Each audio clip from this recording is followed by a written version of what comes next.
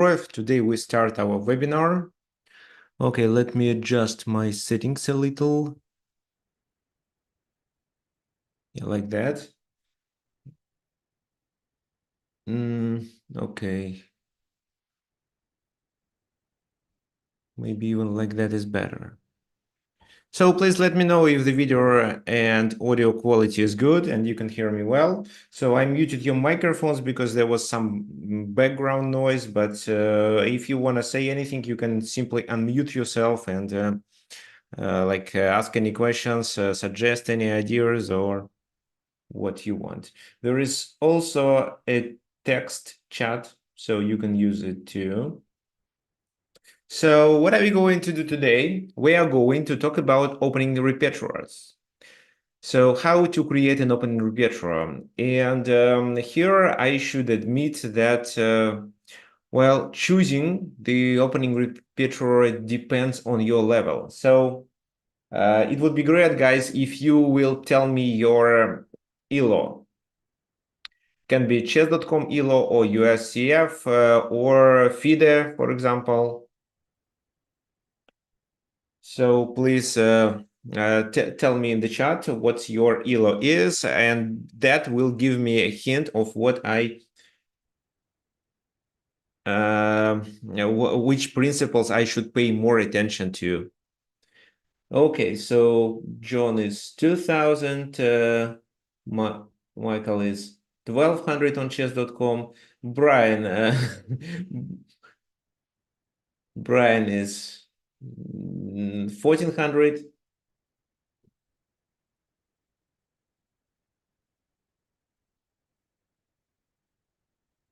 Andre is actually much stronger. Okay, so we have players under 2000. Okay, I can actually, yeah, so most of the players are under 2000. And actually, it makes a lot of difference because if you're a beginner, then you should choose an opening repertoire in a very specific way. So let's start. So every time when you are improving like a chess player, you need to choose different openings as white and as black. So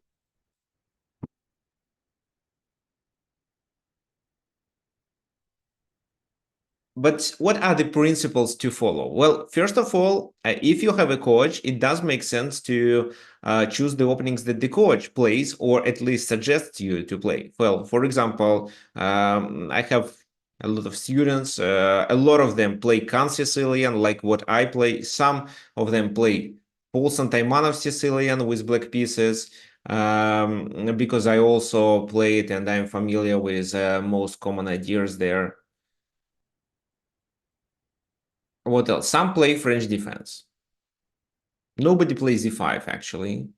So it's either c5 or e6. Well, why? Well, first of all, they play solid openings. They do not play any sidelines because I don't recommend any specific openings like gambits with black pieces. However, against a certain opponent, it makes sense to play a gambit to play for a win in a concrete situation if the tournament requires you to take risk, but to get slightly better chances to win. Well, okay, so why it is important to choose the openings that your coach plays? Well, because your coach is likely to understand what he's doing, and he understands the opening as well as the most common strategic ideas that you should implement in these openings and most common strategic plans that you should initiate. So he is likely to tell you about it, and also he knows where to expect traps and how to avoid them, and how to where you can create traps yourself.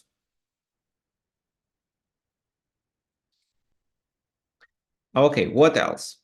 You should also understand what you are playing, so which strategies you choose. So, for example, if you are not a tactician, it doesn't make sense to get into the complications of open Sicilians. For example, if you are a complete beginner, let's say, And also another thing, so just learning openings, I mean, just learning the moves, the move order isn't the way to learn the opening. I mean, learning the move order is not the best method to learn openings. Why? Because what if your opponent deviates? Then what? And okay, so let's say you learned the opening, you played, let's say, 15 moves according to the theory, but what then? Do you understand how you should continue then? Because after, let's say, move 10, your opponent may have several continuations, and well, do you know which plans you should initiate? So that's why when you learn the openings, it's not just learning the move order. It's also understanding what you are going to do in the middle game. So, for example, famous Russian grandmaster Evgeny Sveshnikov said that actually there is no middle game. There is a well-analyzed opening and end games. So the middle game is the continuation of the opening you play. So that's why so if you have a good memory and you may remember the move order, you should also understand what to do after that. And a very important thing that you should understand why you are playing these moves. Well, I can show you it by an example. So for example, some of my students, I mean, a lot of my students play Count Sicilian, so they should understand why they play c5, what this move does. So we are fighting for the center for the d4 square. So then e6, why this move is important, why not d6, why not something else? Well, here the key idea is to take the d5 square under the control and in future maybe push this. Okay, but with such a setup, we completely do not defend the e5 square. So we can do it with the queen, but then the queen becomes the object of the attack. So we should play a6 first, or if you choose Taimanov Sicilian, then knight c6, queen c7. So people should understand why they are making this move. a6 also helps to fianchetto in future. However, because black made only pawn and queen moves, they are lagging the development. So it does make sense to finish the development on the king side.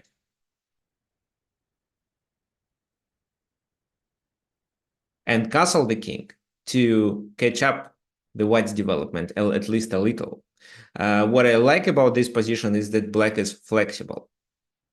They can do a lot of, I mean, they are ready for any counterplay that white can initiate. Okay, so this is the way that you should learn the opening. So this is just a very simple explanation.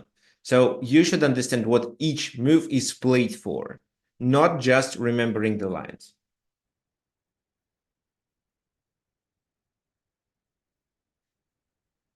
Okay, so just an example. So I'm not going to focus on this opening, however, it's good. Okay, what else? Well, your openings should be practical. For example, let's say you are 1800. There is no point of learning, let's say, 20 moves continuation, 20 move variation, if you see that your opponent can deviate.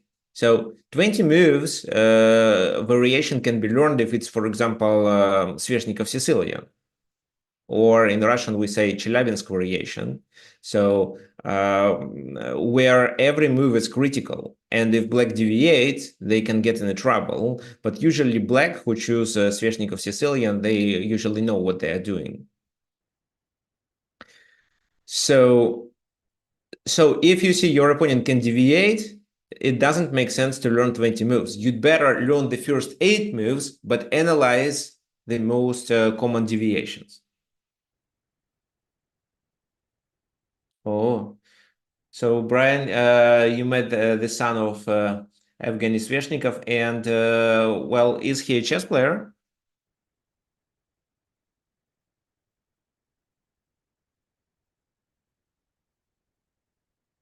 No, he's international master. Okay, perfect.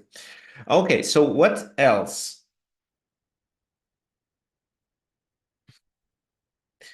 Yeah, okay, guys. So you can message in the chat. So there is no need to send a direct message to me. You can send a direct message to me once I ask you how to play in this or that position. So right now we are sharing our ideas. So, okay, Brian, so you probably should tell us more about this chess variation, dice chess. Okay, so yes, it's definitely a good idea. So, for example, you play a certain opening, like again, I can show you an example. Again, with black pieces, what I play myself. So very often at my level, people play knight f3. So because I prefer to fight for the center, so I'm like a rational chess player. So I'm not the guy who gives up the center and then hopes on a certain counterplay on the flank. I want to control the center mainly. So then they play c4, so undermining my opponent. It's not the only move, but this is one of the lines that I prepared myself. So d4 and b4 with the idea of bishop b2 and putting pressure on this pawn. So in this position, I play g5. Looks like this is a weird move, but this is the move that allows us to fight for the center. The engine is not against this move. And also, this move was played by several strong grandmasters, for example, like Mateusz Bartel from Poland, David Navarro, even Alexander Morozevich many times. Well, actually, you cannot base the opening repertoire on the games of Alexander Morozevich because he was a very specific player. Now he doesn't play chess, but when he was on the peak of his career, he was a very specific player, and a lot was based on his opening preparation. He had his own analysis. So if you're not familiar with his analysis, you shouldn't base your opening repertoire on his games. But actually, yes, you can definitely you can definitely trust this opening if, for example, such a strong grandmaster like David Navarro played it before. So there are a lot of players who were like 2500s, 26, even 27 playing it. So, however, this is not so popular. And your opponent is likely to be confused. What's the point? Is it a gambit? Well, yeah, partially it is a gambit. So if they play this move, we play e5. It's a double attack. And if the knight retreats, it's e4. So the knight has no squares to move. Well, if it goes to e4, it's likely to be trapped with f6 at least. Or with bishop g7 also works if we don't want to weaken the king. And if the knight goes there, it's bishop b4. So we gain the pawn back. Queen a4 doesn't work here. That's why people completely get confused and they start for looking for deviations like h3, but h3 is a very passive move. So h3, well, just bishop g7. And if they play this move, it's e5. And if they play this move to save the knight, it's f5. So yes, we're pawn down, but we dominate in the center. And we develop our pieces faster. So the best move for g5 is actually queen a4. Queen a4 check, c6, and then queen b3. So this is the best way to play. So does your opponent know about this? Well, if he's a grandmaster, maybe. But even here, black can successfully play for a win. For example, bishop g7, knight takes g5, e5, knight goes, well, here, queen g3 maybe, to protect.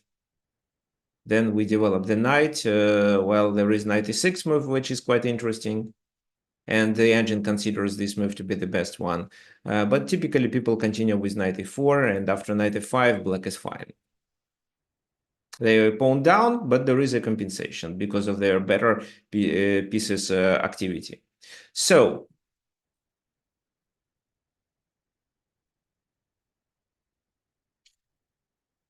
well, in this scenario, knight f3, d5, c4, d4, b4, g5, it doesn't make sense to learn the lines so deeply. Instead, it makes sense to analyze different continuations, such as h3, queen b3, queen a4, d3, knight takes g5, bishop b2. So even starting from the fourth move. And it doesn't make sense, for example, to learn this line with queen a4 to the very end. So Until here, it's fine. You don't need to analyze it further. Just understand the main idea, so how you develop pieces and get them coordinated. Okay, so let's continue.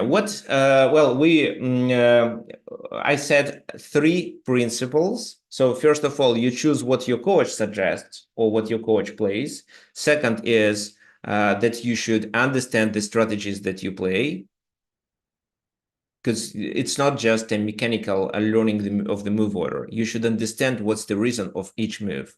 Then your openings should be practical. So, for example, like it's here when you can play for a win even with black pieces.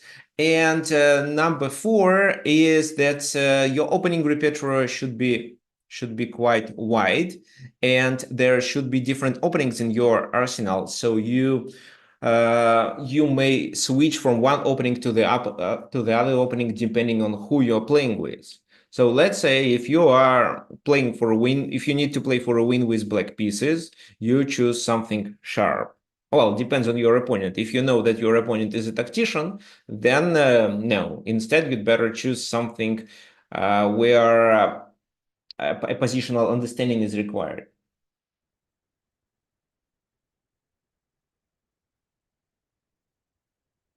Mhm.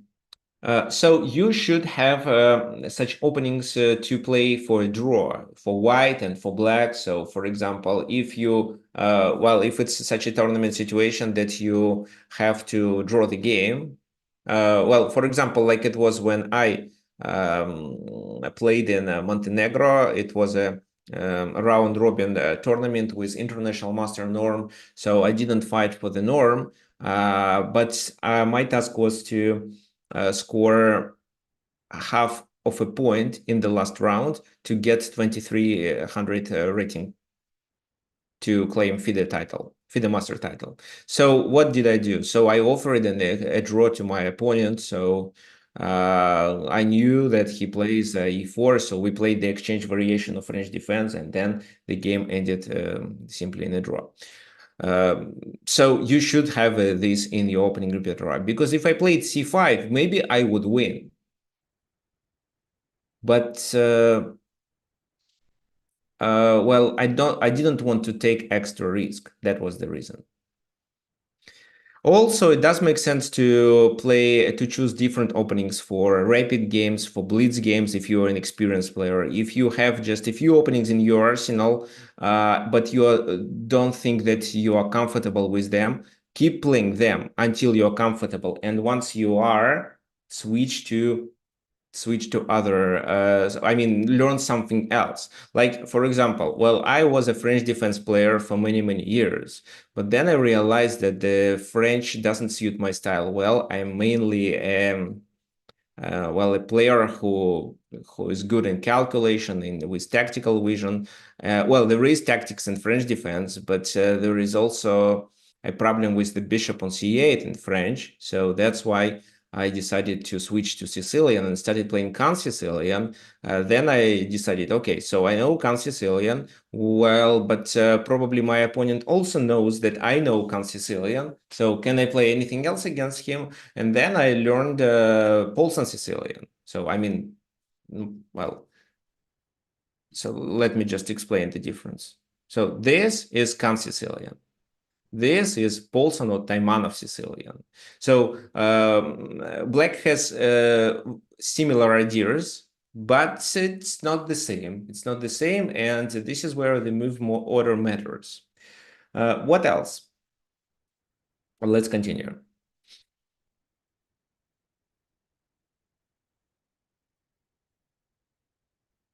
Okay, and of course you have, the fifth principle is the most important one. You have to keep in mind your playing style. So you should understand what kind of player you are. So, for example, again, if you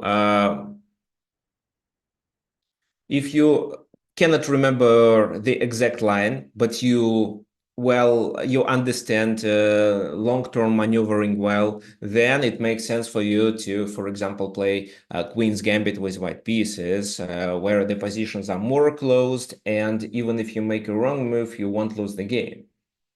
Well, doing London makes sense if you cannot learn the moves at all. So I'm not a fan of London. I kindly recommend you to avoid this opening because, in my opinion, playing London system restricts your chess potential because you always play the same type of the position. So what's the purpose?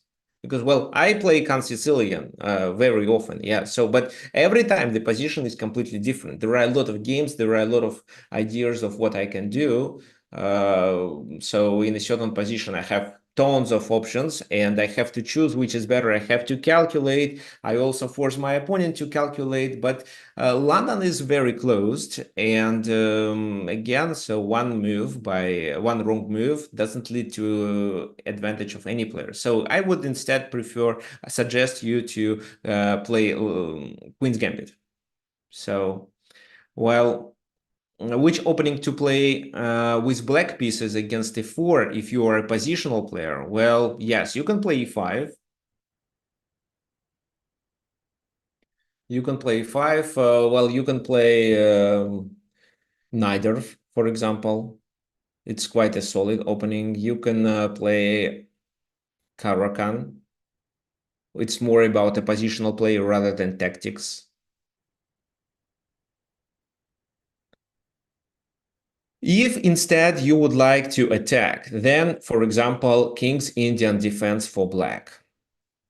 Right, Sicilian, any Sicilian line, including Dragon, Sveshnikov Sicilian, and, well, Khan Sicilian, obviously.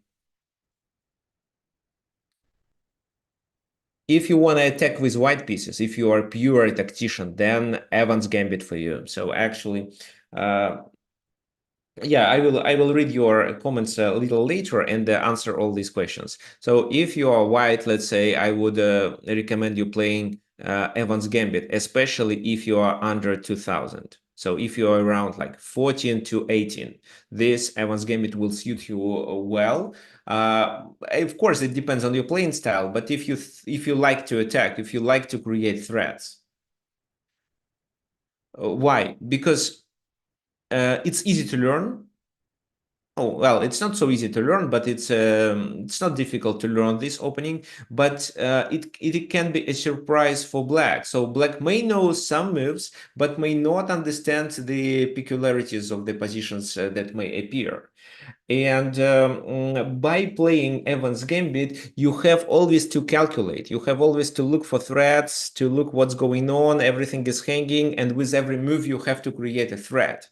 So this is that provides a very positive effect on you as a chess player because you have to keep a lot of things in mind at one moment. So, well, for example, like you always kind of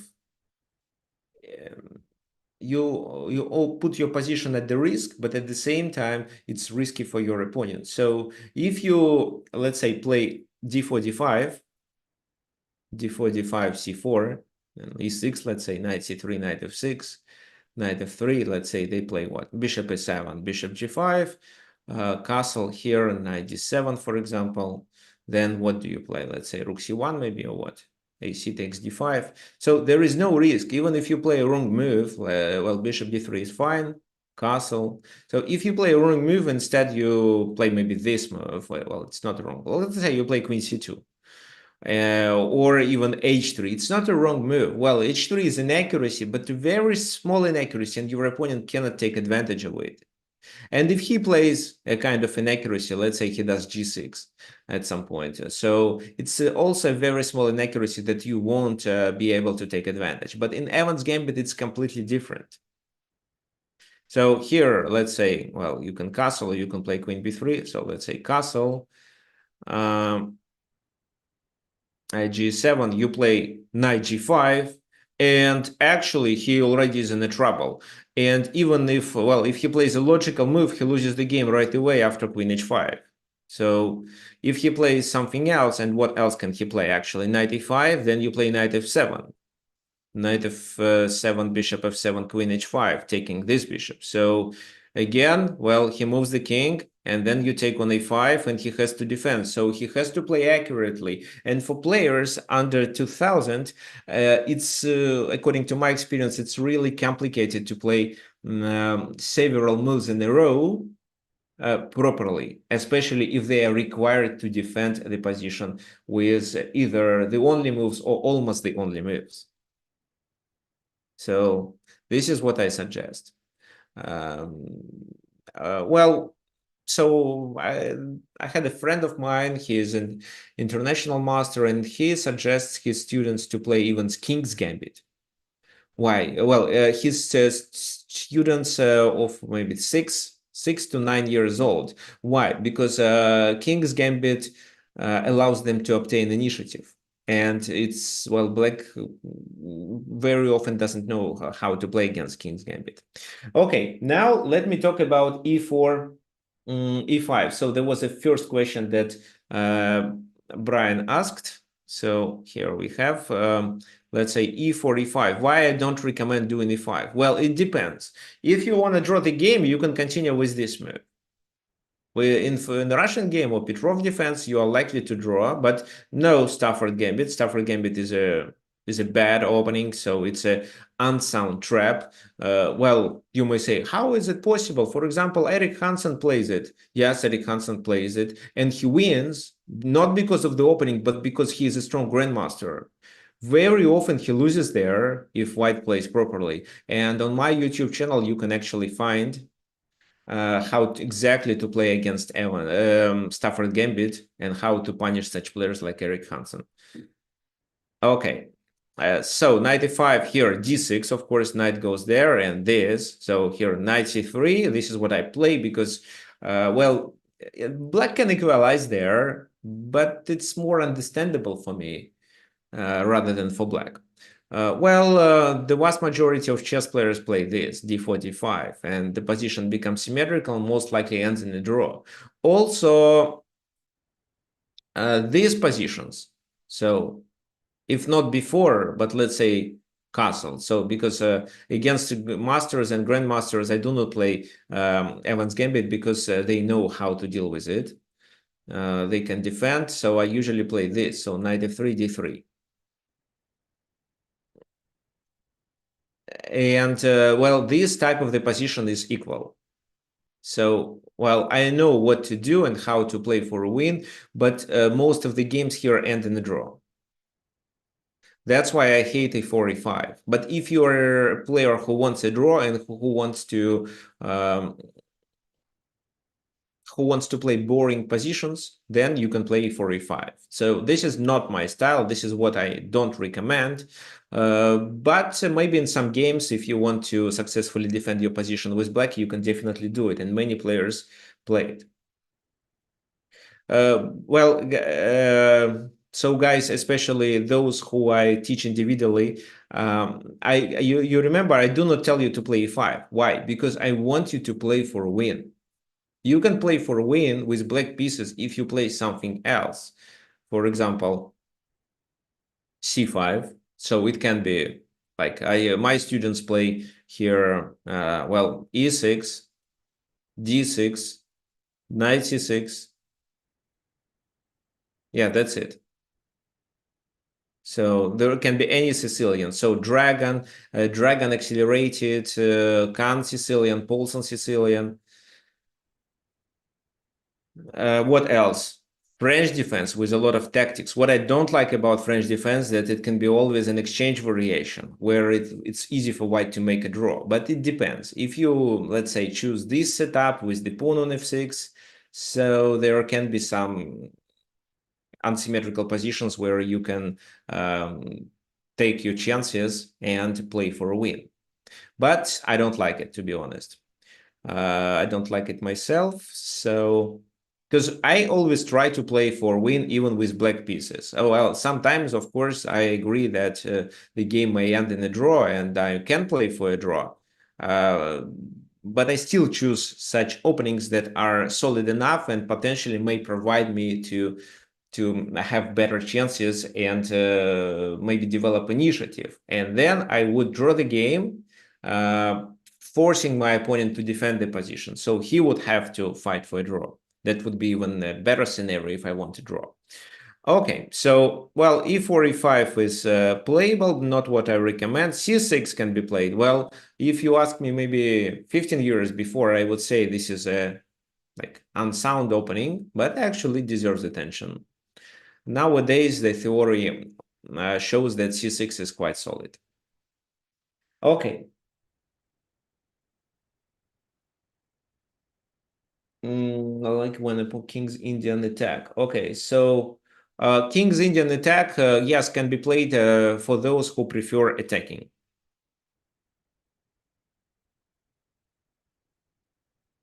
Black defense for strategy versus a knight f3 complex. Okay, how to defend your position against d4 and so on. Well, depends on your playing style. So I think this is where I could actually better. But what I play this, c4, c6, this, and then I play Semislav. Well, I can actually play better, I think. I can play something more sharp. Maybe I should improve this opening. Well, I know it. Here, the key idea is to capture the pawn on c4 and try to hold it. For example, in bishop g5 variation. But maybe I should switch the opening maybe to Grunfeld or Nimza Indian. So this is what I play. So against knight f3, I still play d5, and very often the game is likely to get transposed to the same variation. So, but if they play g3, then I play knight c6, and almost everyone here plays d4 against me. Why do they play d4? Well, d4 is actually a good move that illustrates that the knight on c6 is not well placed. Because in d4, d5 positions, black usually tries to use the c pawn to fight for the center, to play c5 or to play c6 to defend the pawn. Here, the knight is here, but on c6 blocking the pawn. So black rejects a lot of typical plans. But let me explain the concept. So knight c6 is played with the idea of doing e5. So if white didn't play d4, then after e5, the position looks really good. So bishop e6, f6, queen d7, and even castle queen side with an attack on the king side. But d4 is definitely strong. But for d4, I also have a solution. It's bishop f5. And after this move, it's knight b4. So they would have to defend like that. And then I would play e6 here. Well, there is a concrete line. It's shown in my course. Well, and this is where I illustrate most typical ideas. So here, for example, bishop e7. They can play c4, c6. So bishop goes there. I play knight f6. They can go to... They can play c5. Then I have to play a5. Then they do this. And then I think it's knight d7. So, and if they win a pawn, I simply win it back with b6. Well, you may say that, Victor, you don't win it. Well, yeah, you're right, I don't win it. But then I have a strong attack here. So what I actually did, I definitely have a compensation for the pawn. Why? Because these two pieces are not playing, especially this bishop on g2. So, for example, if the opening was something like that, so knight f3, well, okay. So let's say knight f3 this, then, for example, they do not play g3, but play something else. Let's say what? If they play d4 right away, this is where I wouldn't play knight c6. This is where knight c6 is obviously a mistake. Because now the bishop doesn't go there. And if the bishop doesn't go there, then probably the bishop is either here or here. And in both positions, the bishop is good. So I play knight e6 when g3 is already played. Okay, so this is what I suggest. And actually, where you can find it,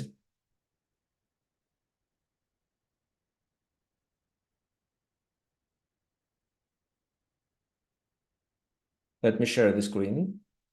So here at the Chess World, you can find my courses devoted to these opening repertoires.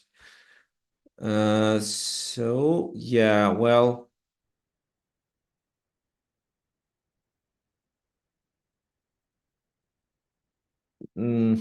so beaten knight f3. This is one of the courses that I suggest. So this is fully my opening repertoire. Okay, so I suggest playing, well, it doesn't show, but I suggest playing knight f3, d5. Well, I can send you the link if you want.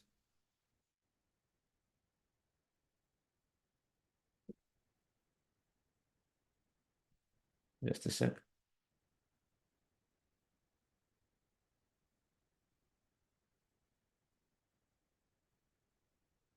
So this is what I recommend to watch if you want to play against knight f3. And for d4, I have a Semislav course there.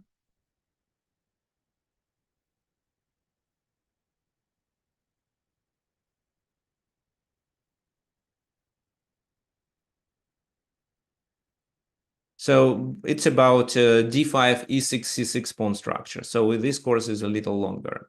Okay, what then? If you want to learn how to play against London, there is a very nice course, Demolish London System.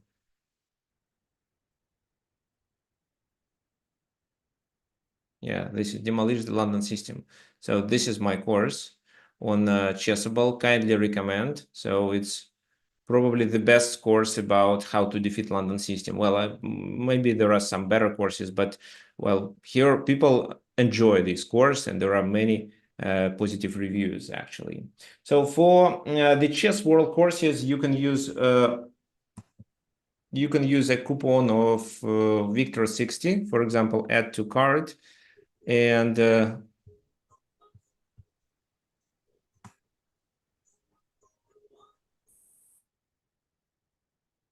if you add Victor 60, you can get a 60% discount. Yeah, you see, it's much more attractive than. For Chessable course, I cannot do any discounts because I'm not eligible, but you can wait. There should be some sales, or you can message me, and once there is a sale, I'll let you know. Okay, let's continue.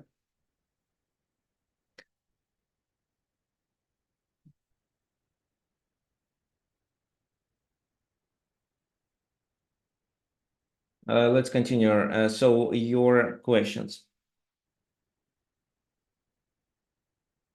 How to identify your own playing style? Yeah, actually, what I suggest, how to identify? Well, you can identify it yourself. First of all, you need to play several different openings and try to understand in which positions you feel yourself more comfortable, where you get better results. Do you get better results when the position is open? When the position contains tactics, or when it's about just strategic maneuvering. If it's strategic maneuvering, then there are some, well, like I said Queen's Gambit, for example. What else? For both, actually, for both colors.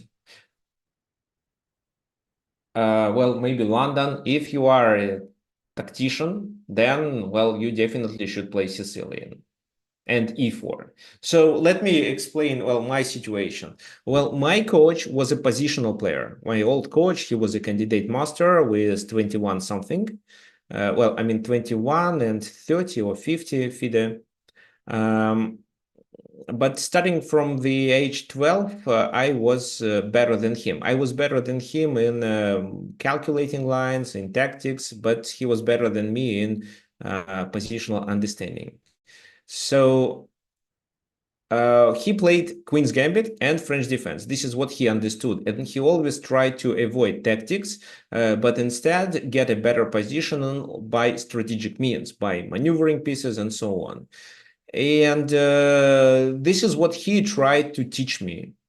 But I'm not such a player style. That's why at a certain moment, my growth decreased. I mean, I stopped growing as a chess player. And then I continued once I switched to e4 back. So again, at a certain moment, when I turned 15, we decided that I should switch back to e4, playing e4 with white because the positions are more sharp. There are a lot of calculations there. However, instead, he suggested a very weird things. Well, at that time, what he was suggesting was a novelty. So e4, c5. He told me to play knight c3, and after, let's say, d6, which was the most common continuation in the area I lived. I was living there. Okay, so c takes d4. He suggested to take with the queen. Now it's not a novelty, but when we were learning it, like 20 years ago, it was more than 20, 24 years ago, it was. So nowadays, even Magnus Carlsen played it with white pieces several times. Okay, but I would grow better as a chess player if I played open Sicilians, like d4, for example, like some dragon variations. So you need to understand your playing style. That would save a lot of time. So, for example, I spent 3 years on doing wrong openings, and that's why I didn't grow well. If I play d4, like, okay, so when I was like 8 or 9, I played d4. E4 is recommended for beginners because the positions are more open, they better understand what they should be doing, and their results are better. They also learn more about tactics, which is crucial at this level. But then when you are like 18, 19, a positional play is also required. So that's why you may learn some other openings, and depends on your playing style, you can choose you can play Queen's Gambit, as I said, or something else. But and I switched to Queen's Gambit. That was a mistake. Instead, I'd better keep playing e4, but learned the lines that I played well. So my coach didn't know them, and he didn't tell me to find. Well, he didn't provide me any resources to learn these openings. Well, we had some books, but the books were old. We had the so-called chess informator, but well, yeah, we were learning opening, but you can't learning the opening by looking at one game only. So, and there were computers, but there was no databases. That's why I kept playing what my coach told me instead of switching to a opening which better suits my playing style. So just think about the positions where you are more comfortable, what kind of openings they are, and what specific of the position you can notice. Like, is it tactical? Is it positional? Do you understand when you improve your pieces, or do you want to calculate the line and initiate tactical strikes and so on? Okay, so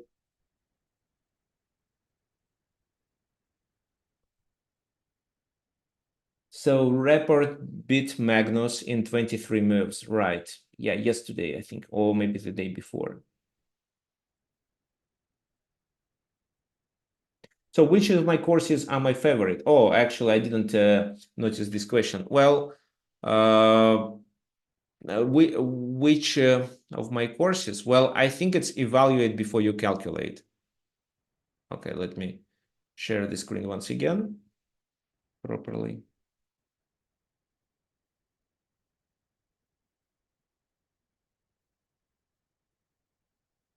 So evaluate before you calculate, this one. And also the one about Sicilian. So people, I think, underestimate this course. So it has a rating only of 4. So I can send you the link here if you want.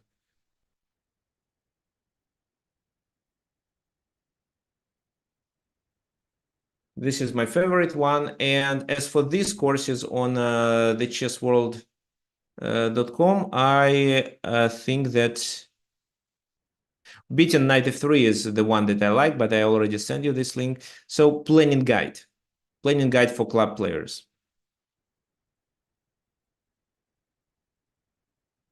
This is a really good course for those who want to understand which plans they should initiate based on the pawn structure.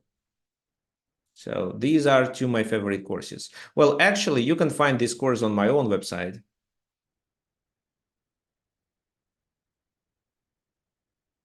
tricksofchess.com, or you can just message me at tricksofchess@gmail.com. So here, planning guide should be all courses. Hacking tactics, planning guide. Yeah, here it is. You can message me and I'll provide you with a discount. So you can message me at tricksofchess@gmail.com. Okay, so actually today the webinar is not about promotion of my courses. Actually, I prepared a lot of games for you to analyze. Yeah, thank you, Alan. Alan, yes, it's not chess informator, it's chess informant. That's right.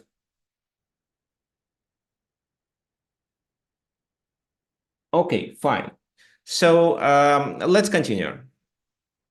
Let's continue with the game analysis. I prepared a lot of games today. I'm not sure if we can cover all of them.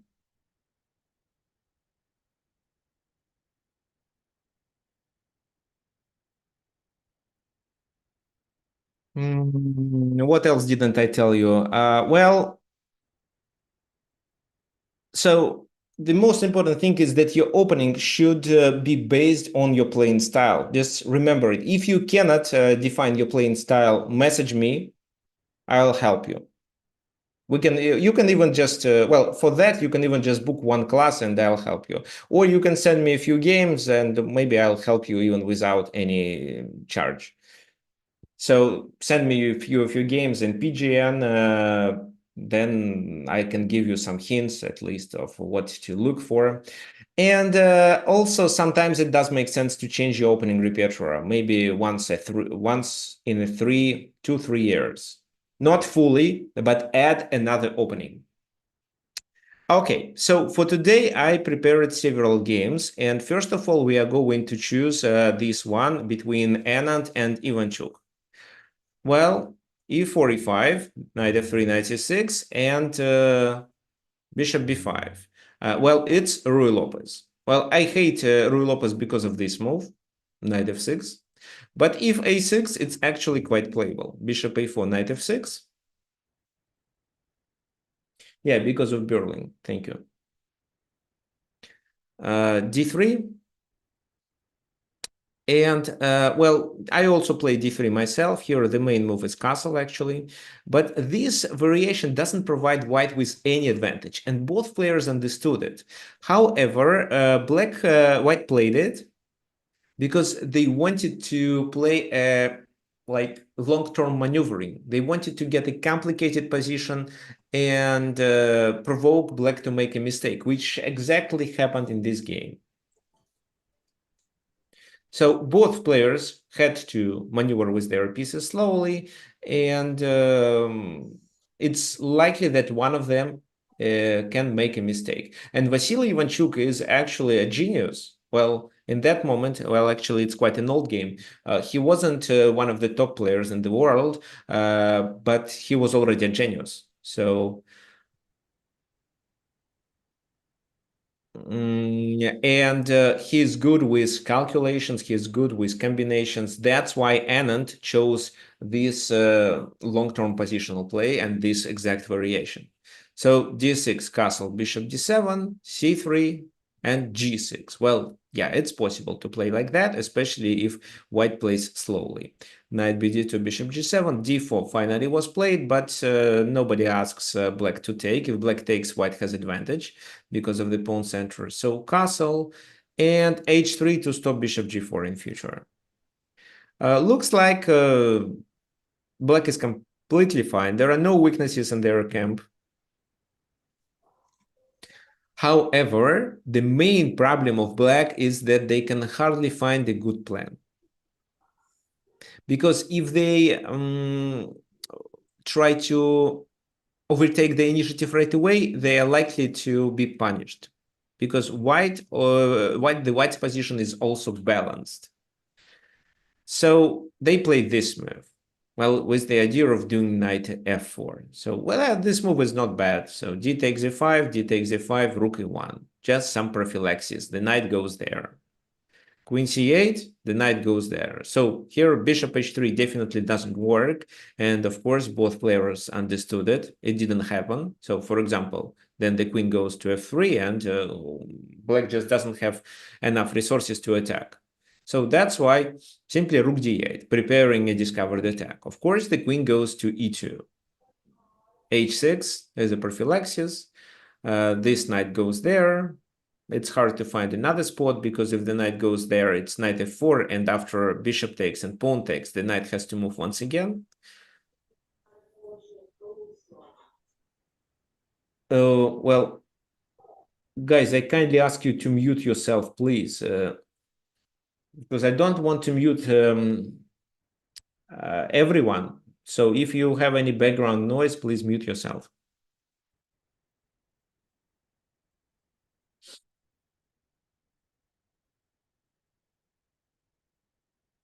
Okay, so I didn't read some comments on YouTube. So, for example, Dominic said that he always lose when plays Caracan with white pieces or black. Dominic, can you please clarify it? So what white should do? Well, b4. Well, b4 makes this a weakness. What's the purpose of b4? So that was a Brian's suggestion.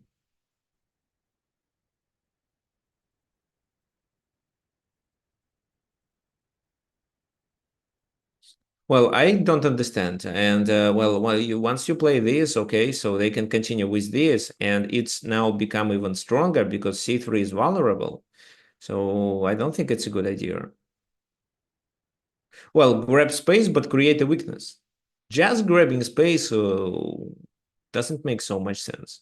So I don't think we should push the pawn because this knight has no option but to go to f4, and we do not tolerate this knight on f4. We have to capture it, and then the bishop becomes open.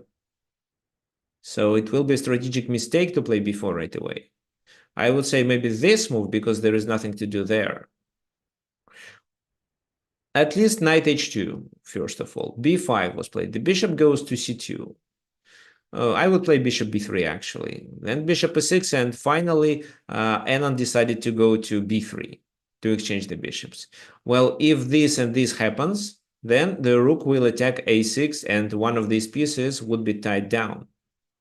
So that's why black didn't capture. So they played knight f4. The bishop takes, pawn takes, rook ad1. Well, to bring the rook to the center, why not? Rook takes, knight a5, attacking the bishop. However, the bishop is protected twice, with a queen and with a pawn. So knight goes there, attacking this bishop. That's why bishop takes, knight takes, and this knight goes to c4. So it seems black improved their position a little. At least they attack a weakness, and their knight is well placed. Their disadvantage is this pawn on f4, which is the object of the attack. So queen c2, knight goes to e5, a very good spot for the knight. Knight goes here, c5, here, here. Well, you see they are doing long-term maneuvering, and even if they play something else, even if in this position they play king f1 or king h1, it doesn't affect the evaluation of the position. So if you like it, then yes, Ruy Lopez is a good opening for you. So here, you even don't take any responsibility making the moves. If you make a mistake, your opponent is unlikely to punish you. Okay, queen c7, e5 was played. Well, it's still fine. Well, e5 is a simple tactical strike. For example, if knight takes e5, how should we continue? Well, I think I like white here because f4 is a problem. but the engine thinks that the position is equal.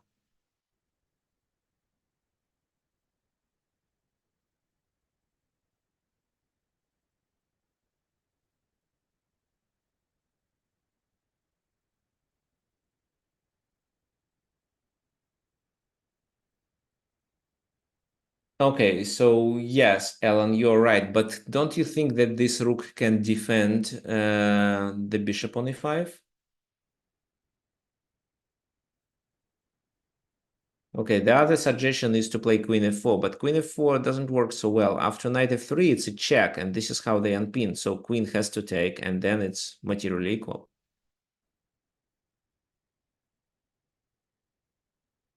So knight e4, knight e4, bishop e5. I mean, knight e5, knight e5, bishop e5, queen d5, attacking both pieces.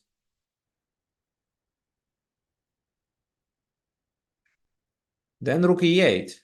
And how to continue?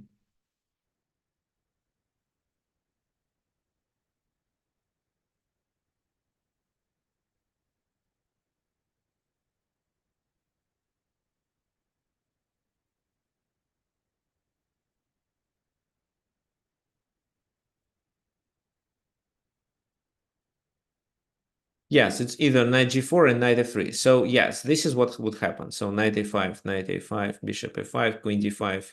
It's a double attack. So this move.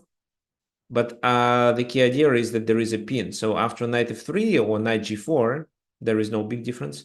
f6 cannot be played. So they simply lose this bishop. Well, you can ask me what's wrong with this. Isn't it a pin? Yes, it is a pin, but they unpin with a check. And the queen becomes hanging, so queen has to take. And once the queen takes, the rook can move to, for example, d8, and it's equal. So that's why only taking with the knight and doing queen d5. What if the bishop takes? Well, if the bishop takes, then you can take here and then play queen f4, creating a pin, which is actually a double attack. This time, doing knight f3 is just a knight blunder. So they probably defend with the rook or with something else, and then at least you can take on h6. So white gains a pawn at least. That's why rook e8. So if queen f4, then it's knight e5.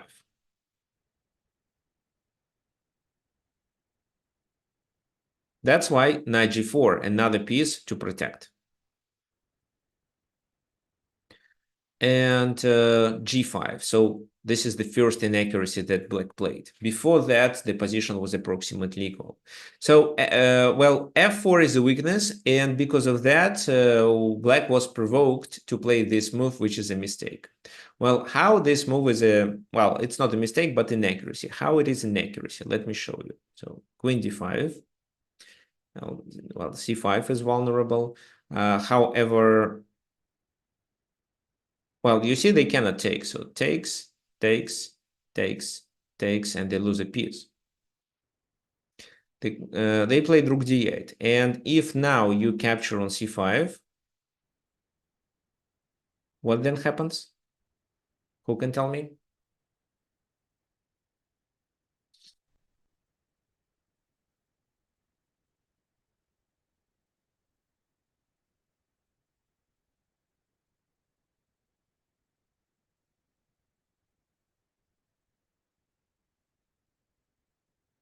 Yes, exactly. The queen is getting trapped after bishop f8. So that's why queen e4. Rook goes back and rook d1. Can knight e5 be played in this position? Let's see. So knight e5, knight takes knight, bishop takes, and knight h6. So no.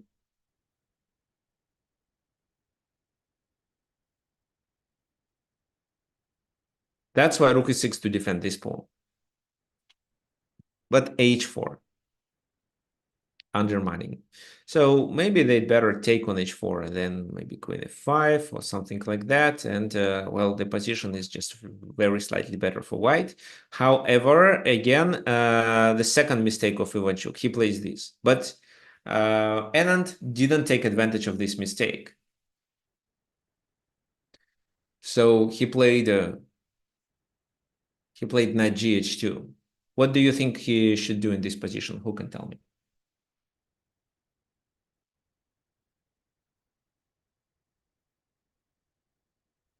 Knight G5, Knight Knight g5. GF5. So Yeah. you let them take on g4? Yeah, I mean that threatens Queen H7. But queen h7 is not a checkmate. H7 moves. True. At least rook takes there with check, right? Take I mean, the sorry, rook take the rook with with the check. check. Mhm.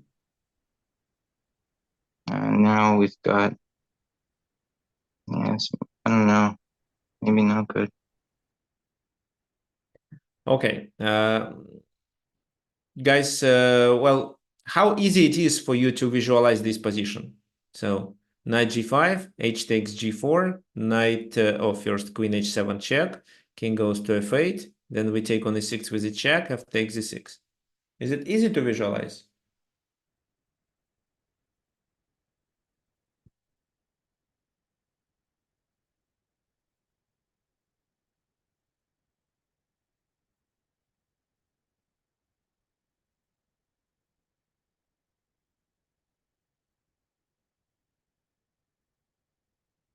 Okay, not so easy. Well, okay. Oh, well, then I recommend to work on visualization. So doing a lot of tactics at least, or take my course on Chessable, evaluate or not, power up visualization. Well, I'll show it later. But I think it's easy. It's not a difficult line. So I did analyze this game, but I didn't analyze this concrete line because I didn't consider it to be promising. So knight g5, h takes g4, and queen h7, in my opinion, doesn't make any sense because the king escapes and I don't see how to continue the attack. We can do this, but there are two pawns here, so we are unlikely to capture them quickly, but we are likely to lose a5. That's why instead I suggest to capture on e6 first, and after f takes e6 play this. We still lose on e5, but this time they're forced to take with a knight because the knight is under attack. So knight takes, rook takes. Well, f4 is not hanging, but how to continue? So, well, rook a6 becomes a threat. What else? Queen e8 becomes a threat, actually, right?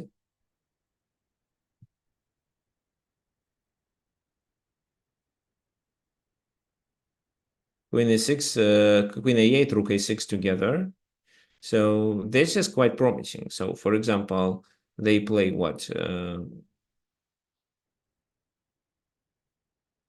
Let's say g3, queen e8,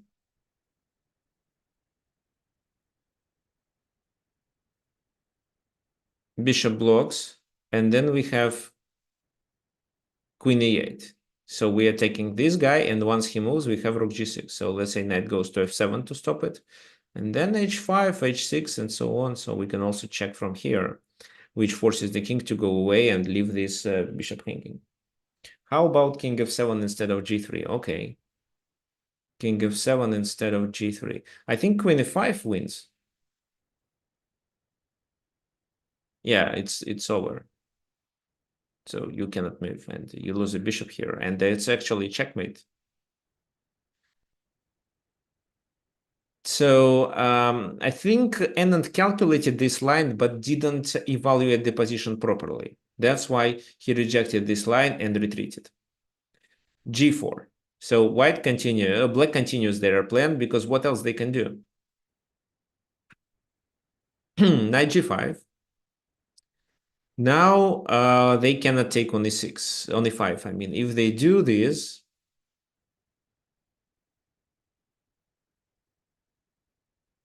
then what happens? Who can tell me?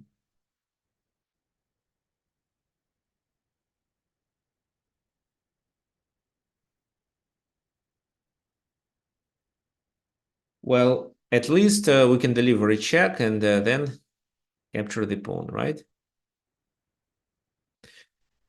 So then after we capture this pawn on h5, then these two are vulnerable. So he played rook h6 to defend against queen h7 to save the pawn on h5. And this is where white should initiate a tactical strike. Who can find it? So by making positional moves, white provoked black to advance pawns, and by advancing these pawns, black already created weaknesses in their camp that white was able to occupy with his pieces. And because of such pieces coordination, so especially because of this knight on g5 and the queen in the center, it was possible to create threats, and when the white position became better, and now it's time for a tactical strike. Okay, so here John suggests playing e6. Do you have any other suggestion, guys?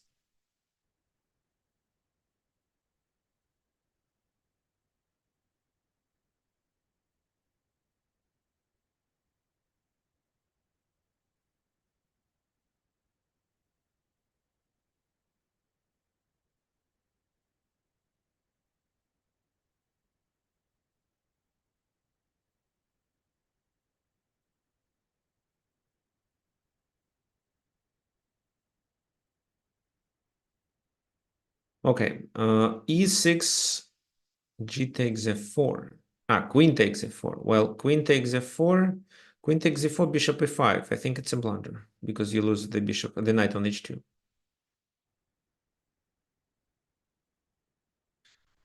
Okay, so e6 was played in the game. It was an accuracy. Instead, the best continuation was rook d6, the move that Mike suggested.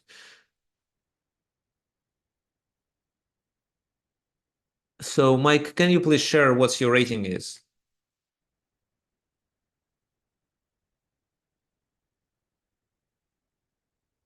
So, well, how does it work? Well, first of all, what do they do? We attack the knight.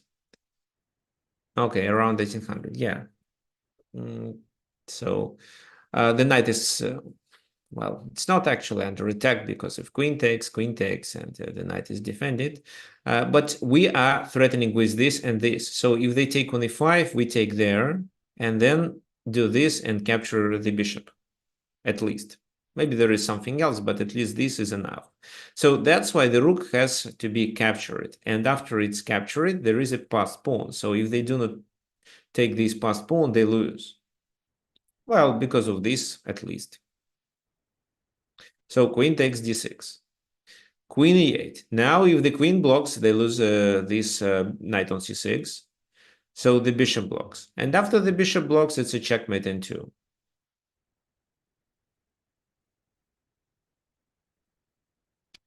Well, I think for a grandmaster, it's possible to find such a move. So, but maybe he originally prepared e6, or maybe he was in a time travel. So f takes e6, knight takes there. Okay, so the one more thing. Queen f4 is a mistake because of this. Now you cannot capture on f7, you cannot deliver a check, you have to move the queen away and lose this knight on h2 with a check.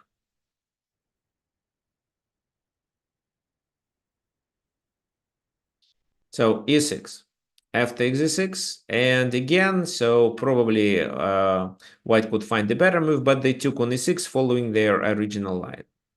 Queen e7, so they lose this, but take this one. Rook e1. Bishop e5 is interference. Knight goes back to g5. So it seems to be okay. And actually, it's not losing for black. They should continue with queen d7 to get rid of this pin. But they played king g7, and that was a critical mistake. However, well, it's a critical mistake because the position of the king is vulnerable, and every time this bishop moves, there is a check on e6, which attacks the king and also hangs this knight on c6. So that's why just knight f1, preparing to get the last piece, which was not doing anything to the game. Bishop d6. Well, here you cannot take there because you lose a rook on e1. So knight e6, as I suggested, king goes to f7. And well, if you take there, they take on e6 with the rook. Probably this is what Vasily Ivanchuk had in mind, but instead queen f5. So what now? Well, if they block, I think it's knight g5. Let me see if there is anything else. No, it's this move first. King has to go to only one square, and then it's knight g7, after which the queen is lost. So that's why king g8. Now there is no good move with the knight to create a discovery check, but you can bring the queen to d5, attacking this knight and preparing a discovered attack. So you can first do a discovered attack and then take this. Or you can play with this and take it with the knight. So they have to defend against it. But how? If they just move the king to h8, what happens?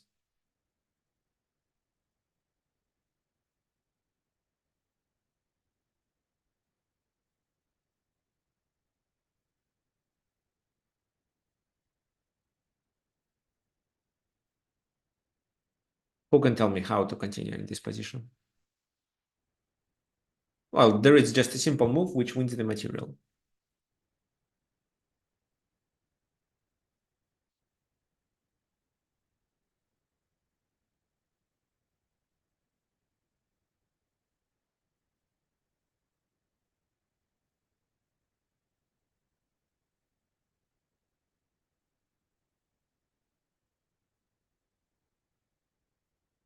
Yeah, thanks, Alan. We can do this, right? And then check, which is a fork. And even if they play queen e8, they still lose. So queen d5, knight e5, but the game is over. So knight f4, queen goes there, then this move. So the queen is pinned. That's why queen f4 is illegal. Queen takes d5, rook takes d5, and well, black is 2 pawns down, and white successfully realized their advantage. The game finished in 5 moves. I don't think it is important for us to analyze it. So what do you think, guys? Who can tell me who liked the way that Vishy Anand was playing it? So it was just symmetrical position with symmetrical pawn structure, I mean. Then it was a long-term maneuvering, and then you provoked black to make a mistake by weakening this pawn. So they played g5. That was their first mistake. Who likes to play like that? And while you're thinking, let's prepare another line.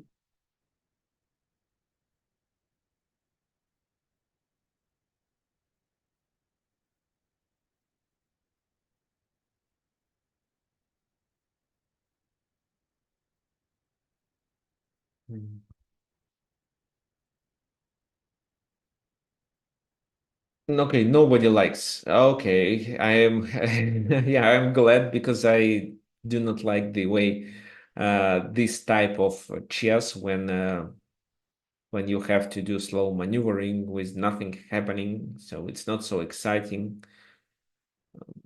Of course, a strong player should learn how to play even in such positions, but such chess do not I'm not enjoying such type of chess. Okay, so the next example. So here you can see that the white player was under 2000 and the black player was a grandmaster over 25. So there is a huge difference um, in their level. Well, that's why here, black chooses the opening where he can fight for a win. So knight f3 and knight c6, for example. So it can be dragon accelerated or some other openings, let's say 4 knights Sicilian. So bishop b5.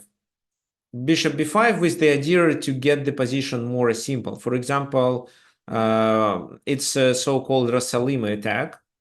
And here g6, so castle, or bishop takes c6, so bishop g7, then bishop takes c6, rook in1, then, well, I don't remember how exactly to play here. I mean, yeah, I do remember there are these moves and this move. So Magnus, if I'm not mistaken, played something like that. So bishop c6, then d takes c6, and this knight goes This knight goes to e6 finally.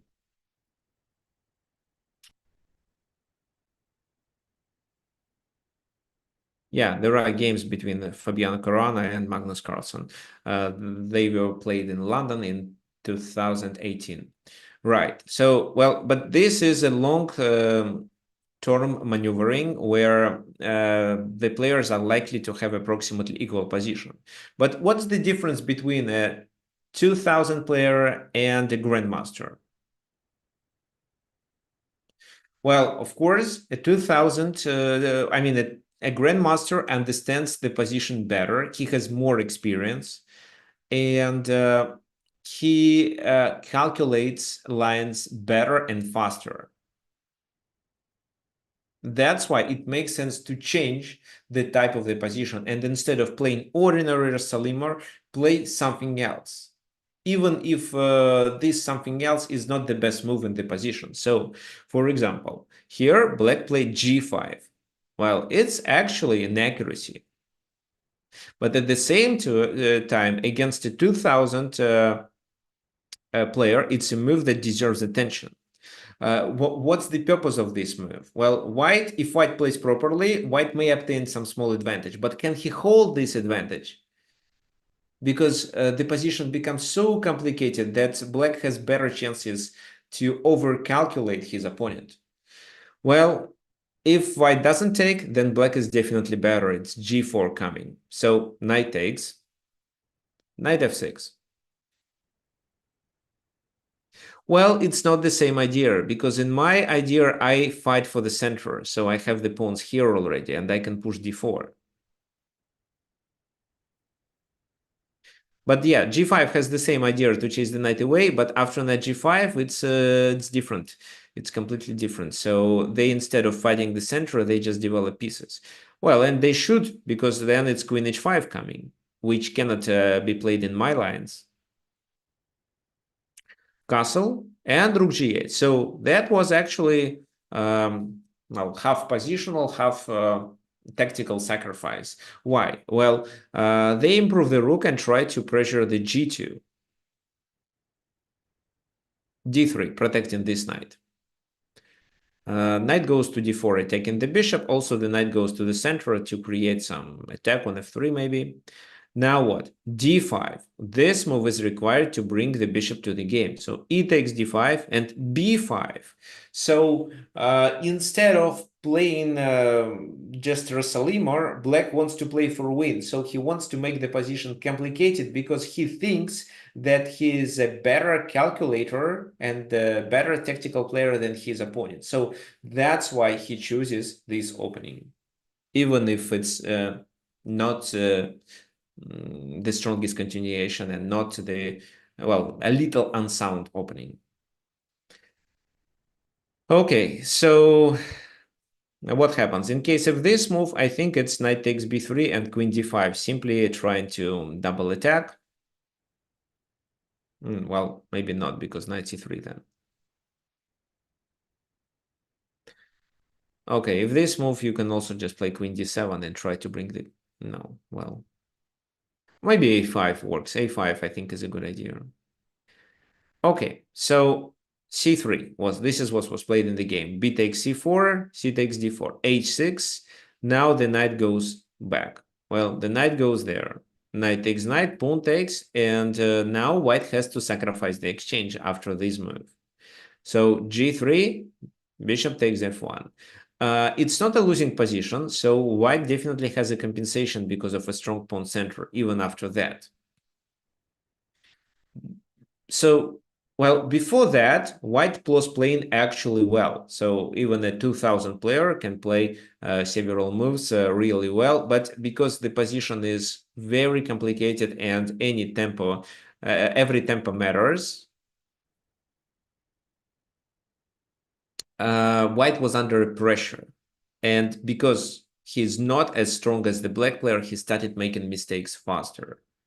So he got to the position that he wasn't familiar with, and that's why he started making mistakes. So this is a natural move, but already a mistake because it allows black to develop initiative. Instead, it was better to play knight a3 and capture this pawn later. For example, c3, knight b5. Well, they take, but they lose on d4, and there is a full compensation, 2 pawns for the exchange. Having in mind the better coordination of white pieces, I would say white is slightly better, but queen c4 looks natural, but is a mistake. Well, here white was relying on this queen exchange. But if, for example, a queen exchange happens, this rook enters the enemy camp, and then black is better.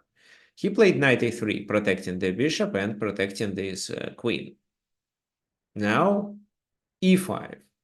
So look, with every move black plays, black forces white to calculate lines and potentially make mistakes.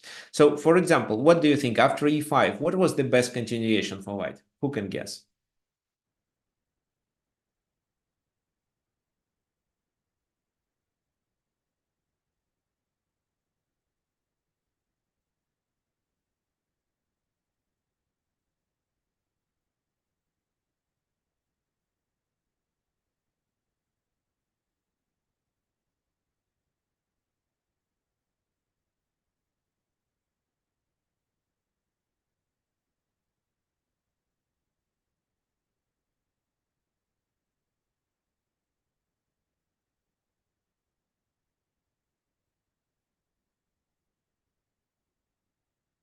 Okay, so John only suggests so d takes d6.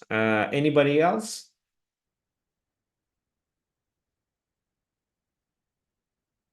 So d takes d6, queen b5. E takes f7, king takes f7, knight takes b5. Okay, f4. Well, f4, I'm not sure if f4 works, but let's check it out. f4.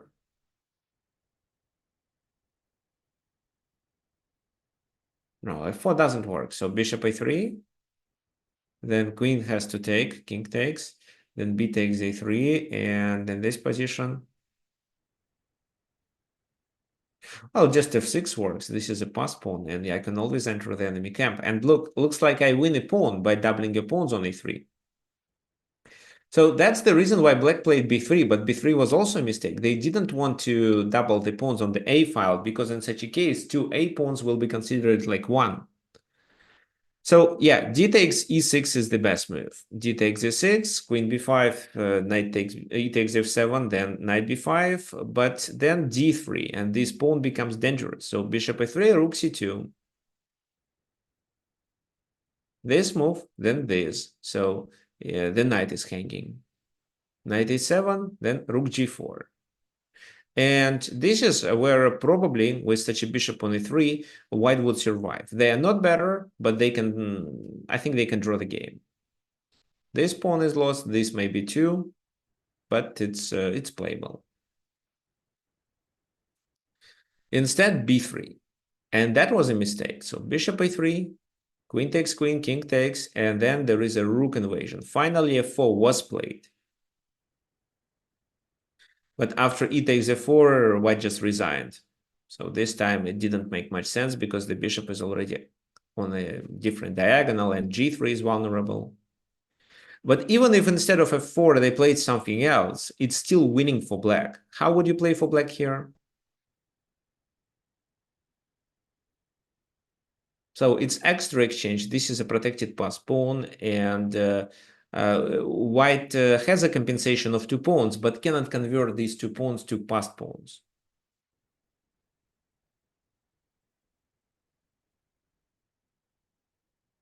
So double the rooks is one of the ideas. What else?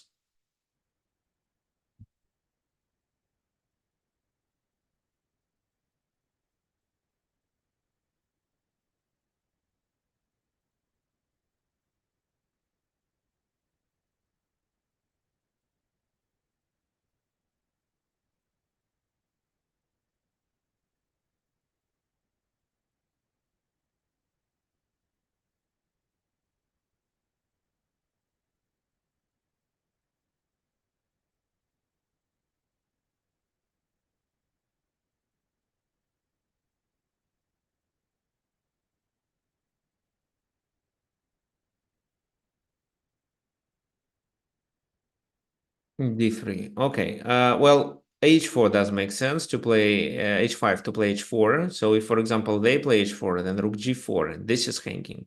And if the rook moves to save it, then rook a2. If the pawn saves the pawn on a4, then rook g3.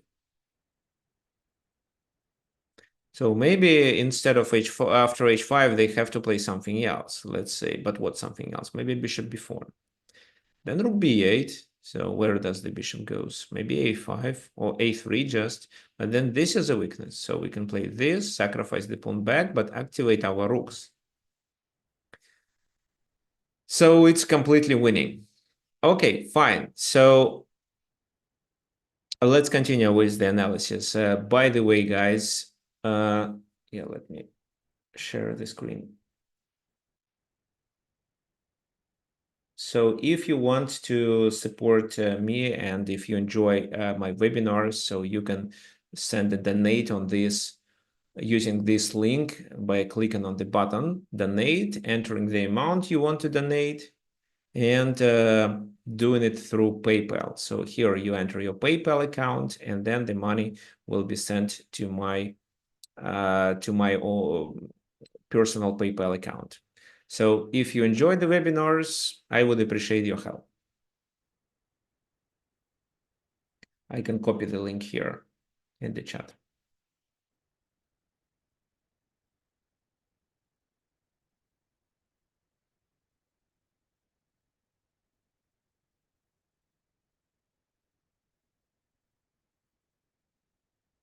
Okay, fine. Let's continue. We have a lot of games today, so probably we're gonna cover one more and keep more for future.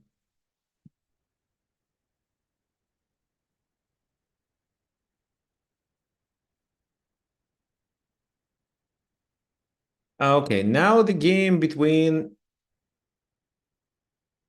Viktor Korchnoi and Anatoly Karpov. So what we know about Karpov?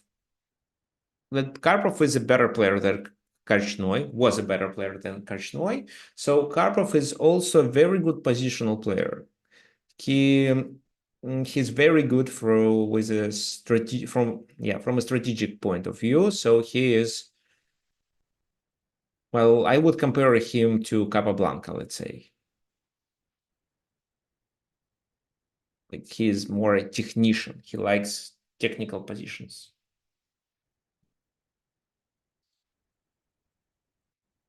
Well, Kasparov, for example,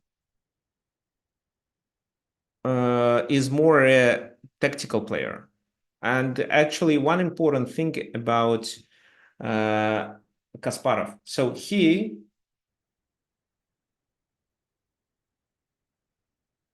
not he's not good in mathematics. I mean, he's relatively good, but he's not a mathematician. So a lot of chess players who are doing well, especially who enjoy tactics, are also showing good results in mathematics. For example, like I do. So, and that's why many people think that to be a good chess player, you have to have a mathematician mindset. No, it's not. So Kasparov wasn't. So mathematics wasn't his favorite subject. I don't think that he even had a favorite subject. Well, chess was his favorite subject. So he was. So okay, yeah. Thank you for your suggestion, for your comments. So John Nunn was a mathematician, but Winnick was an engineer, so which also means a mathematician.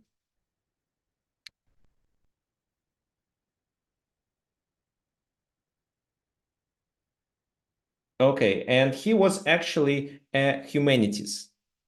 Kasparov was a humanities, but he was definitely a tactical player. His positional understanding was just outstanding, but his tactical skills were so brilliant. So I think he is even the best tactical player in the world, because I think Magnus is good, but Magnus is more about, well, Magnus is similar to what Karpov plays, like more positional play better chances when he realizes small positional advantage. He has a special feeling on where the pieces should be. But as a tactician, I think that Kasparov was the best chess player in the world.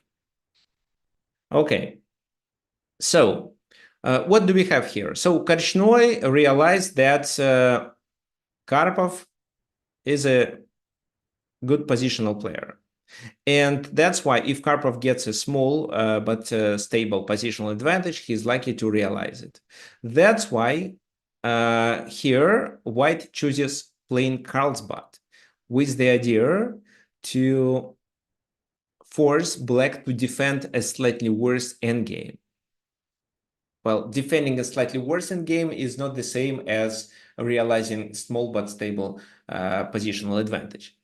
So it's completely different. That's why this is where Korchnoi thought that he had chances, and actually he outplayed his opponent. So bishop g5, bishop e7, e3, this, bishop d3. So it's not the best way to play. Well, it's actually fine, but here are the best ways to play knight e2, f3, and trying to advance the pawn to e4. Nowadays, it's considered to be the strongest plan in Carlsbad system. Well, that time the strongest plan was a pawn minority attack. That's why here, after bishop takes f6, which is not the best way but possible, White started with a minority attack before. So bishop g4, the knight goes, because if White does a minority attack, Black has to checkmate on h2. So Black had, I mean, not obligatory to checkmate, but initiate the attack on the king side. And you cannot do it with pieces. I tried many times. Well, you have to use your pawns like that. So rook c8, preparing for b5.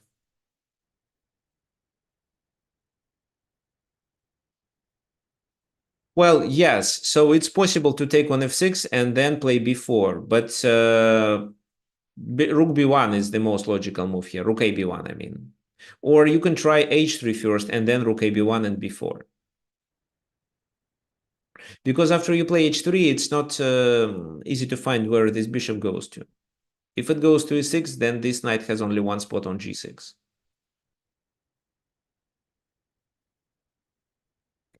Okay, so, well, okay, let me show you. What does Black wants in this position? So Black wants one knight on d6, the other knight on e4, ideally. Black also wants the bishops to be exchanged, so both bishops can be potentially exchanged. I think it's not possible, but at least the knights on d6 and e4. And then once b4, a4 is played, b5. They want to close the position and set one of the knights on c4. This is the way how Black defend their weakness on c6 by closing the c file, occupying the c4 square, and using it as an outpost. So this is typical ideas. But a lot depends on the concrete position and the concrete methods that White uses. So, okay, bishop f6, and then before this, rook c8, bishop f5, exchanging the bishops. So bishop takes, queen d7. Well, what else? Well, the queen is quite active, so queen d7. And this in game, the main problem of Black is not that they are worse, but because without queens, they don't have any counterplay. And the game should end in a draw. But this draw can be achieved only by struggling, because now Black has to defend their position. So they don't have a counterplay, they have to defend. And once they defend the position properly, well, they should agree to a draw. I mean, both players should agree to a draw.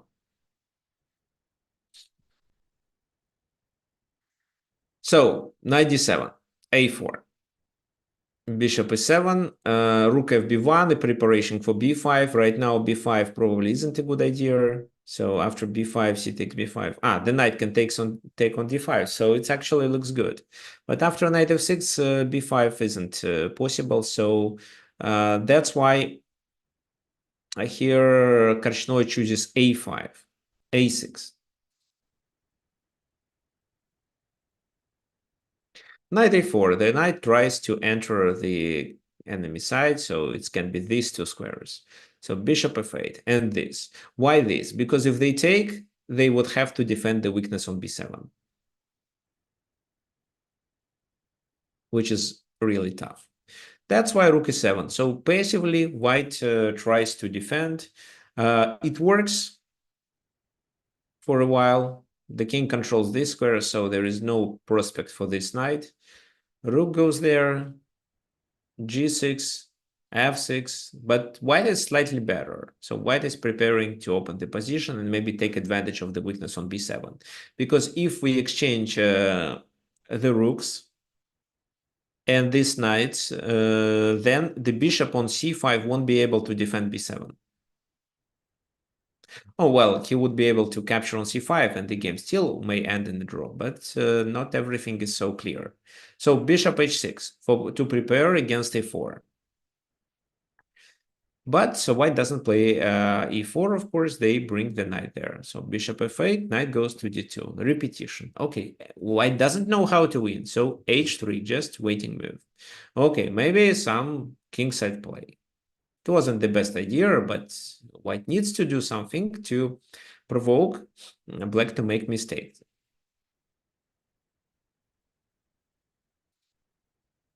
Knight goes there, so knight b5.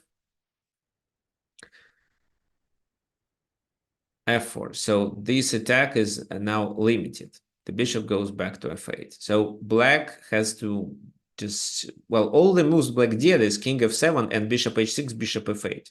They didn't play anything else. Rook f1, h6, rook f1, rook b8. So they are doing useless, completely useless moves, trying to come up with a plan. So finally, e4 was played, opening the position. But even this is not enough to win. D takes a4 and knight takes, knight goes to b5. Okay, fine. Knight goes to c3 to exchange this knight. And there's also the rooks. Now white has an open file, but it's still approximately equal position. And bishop takes c5, which is fine. But then this is a weakness. This is a weakness in case if this knight takes on c3. But if this knight takes and a takes b5, this is not a weakness. So rook d8, attacking this. And white has to liquidate this knight, otherwise they lose on d4. For example, if rook a4, it's f5, and the d4 pawn is lost. So knight b5, a takes b5, and a5 to limit the king. Well, of course, this pawn is a weakness. G takes a5, G takes a5.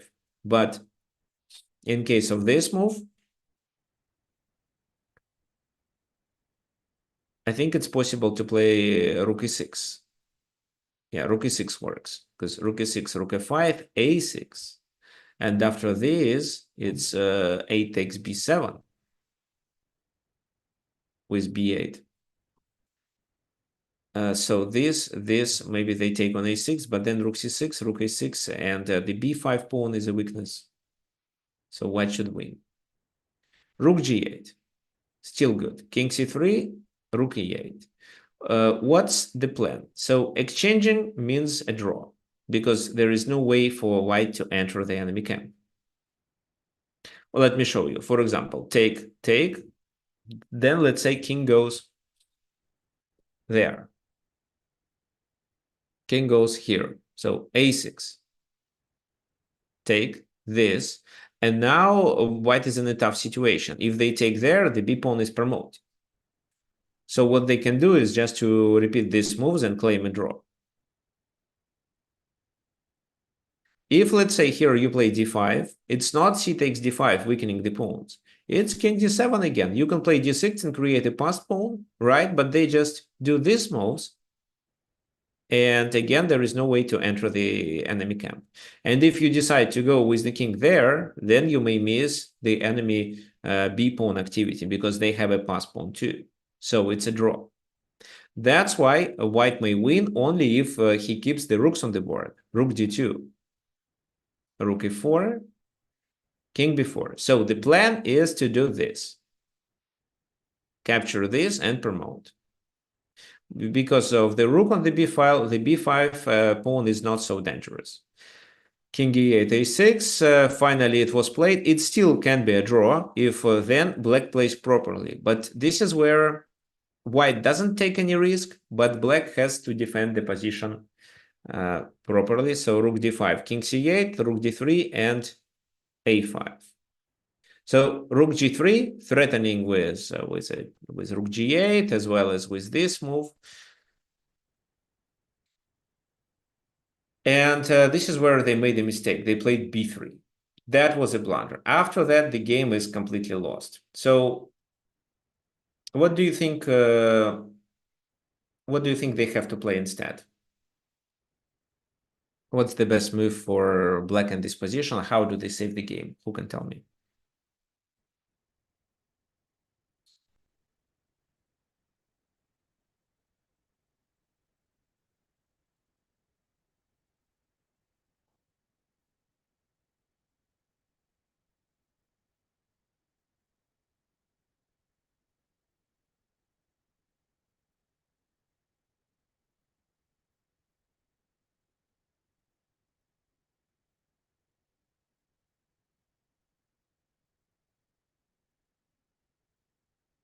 No, if you try rook f4, then I think you lose the game.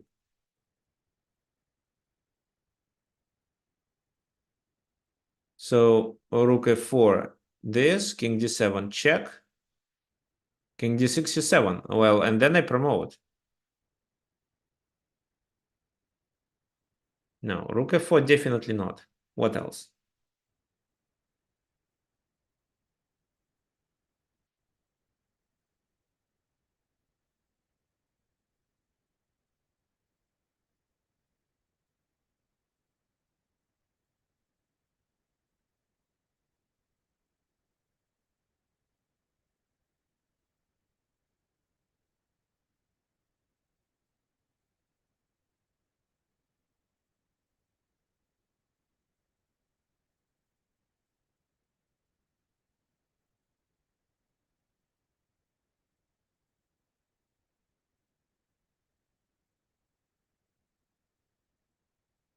Okay, rook e8 instead. Yeah, rook e8 I think is a helpful move here.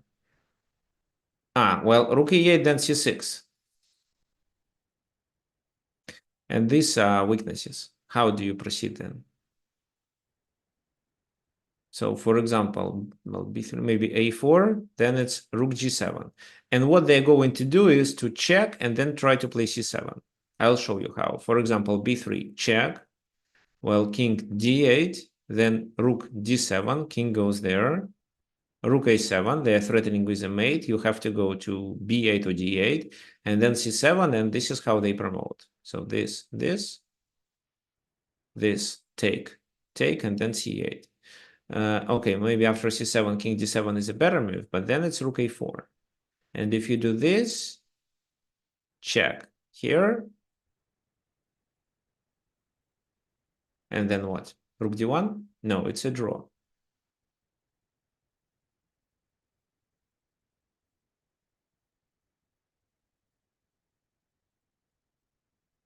Okay, wait a sec.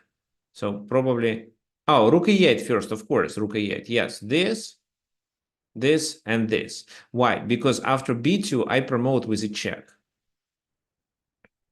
And if you play king d7, king b7, and I still promote with a check, and I have enough time to stop the pawns. So no, the best move in this position was rook d4 with the idea of blocking on d8. Now, if, for example, the rooks are exchanged, for example, like rook takes d8 and then, well, king b7, because if c6, then king c8 and black loses, or white loses because black promotes. So king b7 first, but then b3 and king e7 is important. Now, if it's c8 equals queen, it's not a check, and b1 equals queen, and the game is a draw. So king a6, black is a pawn up, but it's likely to be a draw. So rook d4 was the best move. Instead, Karpov plays b3. So he was defending his position well for the first 57 moves. At move 58, he made a significant mistake and lost the game. How? How to continue, actually? Why b3 is a mistake? Who can tell me?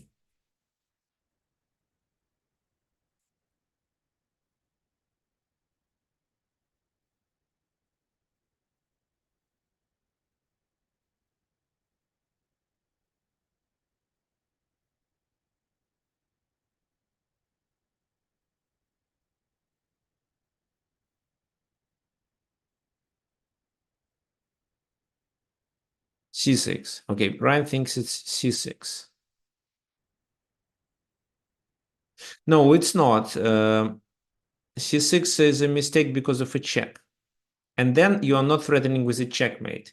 And after the king moves, even here attacking the pawn, they can just play b2 and promote. So you take, they promote. No, it's not c6.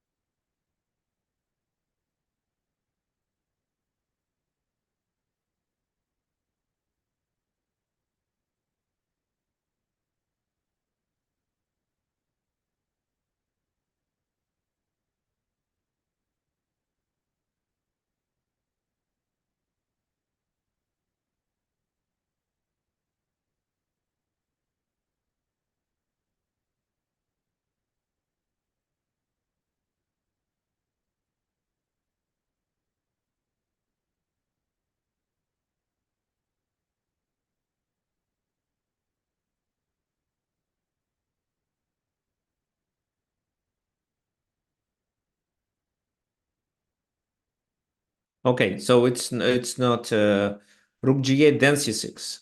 Rook g8, king here, then c6, then what? The king goes to, let's say here, but then how do you stop the pawn? So c7, for example, I can't stop the pawn, but how do you stop this one? So you can promote, win the rook, but what about b2? So the only move, thanks for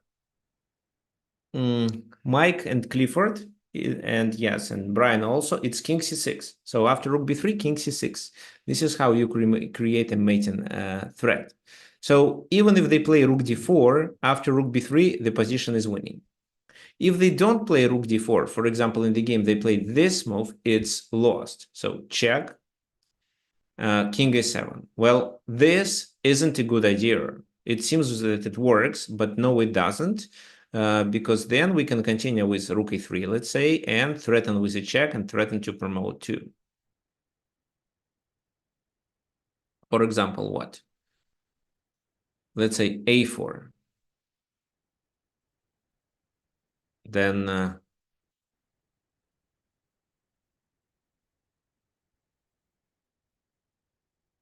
king d7, they can deliver a check on d4, and then king e7. And if they attack, we can just take these pawns, actually, yes, and then promote the f because the king is too far. Yeah, that's right. So in the game, it was king a7, rook b7 check, and rook b6. So king b5. So this move doesn't work because after king a5, white is a pawn up and the king is cut off, and exchanging the rooks doesn't make any sense. So a4, but simply rook f6. Rook f4, rook h6. a3, but it's enough just to take and capture this. So 3 pawns up. One of them is lost, but 2 is enough to win. So the king is cut off. And then just, well, in the game it was rook h7, but here any move works. Rook h7 is just the simplest one. Is it clear for you that this is a winning position? So what here black should do is to keep the rook on c6, or I mean on the 6th rank. For example, this and this allows you to advance this pawn. So you advance it, we keep it here, you do this, and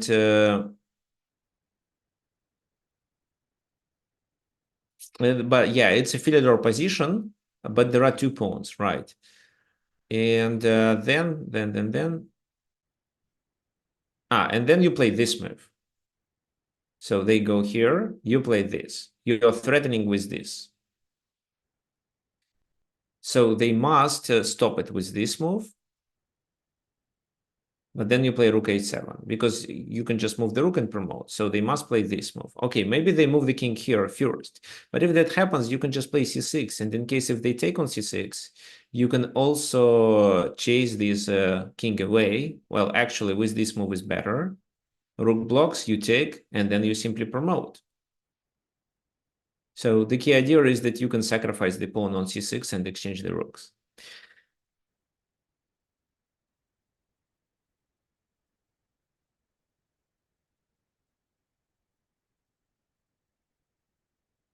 Okay, so yeah, what we had today. We analyzed 3 games. So I'm going to finish the webinar today. And we repeated 5 basic principles. Well, 6 actually. Well, 5, and the 6th was just a recommendation to add something else to your opening repertoire every 2-3 years. What were these principles? Let me sum it up. So first of all, play what your coach suggests you to play, because he is likely to understand what he is doing. And he can share the strategic ideas that you should have in mind when you play this opening. Second, well, you should understand the openings that you play. Not only remember the move order, but understand what you are doing and what typical plans you should initiate there. The third is that your openings or opening strategies should be practical. So it doesn't make sense to remember at 20 moves variation if you see that your opponent can deviate at move 8. Number 4 is try to wide your opening repertoire. So try to make it, try to learn several openings which can be initiated by in certain conditions. For example, if you are playing for win, if you prefer attacking, so I mean your opening repertoire should contain attacking openings like Evans Gambit, for example. There also should be solid continuations when you're playing against someone really strong. Also the openings which allow you to play for a win even if you're black. If, for example, you play against a weak player who wants a draw against you and would like to dry the position with white pieces. Well, and also you should have something really solid in your opening repertoire, as well as openings where calculation is required, and depends on your opponent, depends on who you're going to play with, you change this repertoire. And the 5th is the main one, that the opening repertoire should depend on your playing style. So try to try to detect your playing style and then look for openings based on it. So if you're a positional player, it can be like Caracan, Queen's Gambit with white pieces, even London. If you are more attacking player, choose Sicilian for both colors. So it can be King's Indian Defense, Grunfeld, Nimza Indian, if you play with black pieces. Who is my favorite active top player? It's Magnus Carlsen. So if you have any problems with defining your opening repertoire, you can message me at Tricks of Chess. Just a sec. Tricks. I'll send it here. So tricksofchess@gmail.com. message me there, send me some of your games, and I'll try to help to define your opening repertoire and suggest which openings it does make sense for you to learn.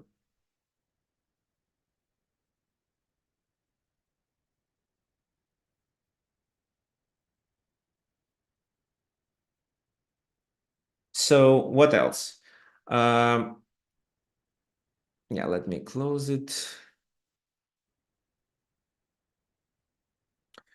Yeah, well, we are going to finish for today. What else I want to say? So you can, if you want to support my webinars, you can use this link to donate. So I don't think I need to show it. Everything works through PayPal. So I'm going to copy the link. I'll actually, maybe you have it, but anyway, this is the link. Also, I would appreciate support if you purchase my courses on Chessable, the Chess World, or even on my own website. And you can also apply for a coupon code. You can write down Victor60, and it provides you with a 60% discount. If something doesn't work, just message me at tricksofchess@gmail.com. I'll help you. So we are going to continue with the webinars next Sunday. So I didn't think about the topic yet, but I'm sure it will be something really helpful. So thank you for your participation today, and let's meet next Sunday, same time. Any suggestions, any questions, any like regarding even individual classes, you can always message me. Okay, so anything you want to ask before we finish the class? Okay, thank you, Alan. Hope to see you next Sunday too. Thank you, everyone. Bye bye.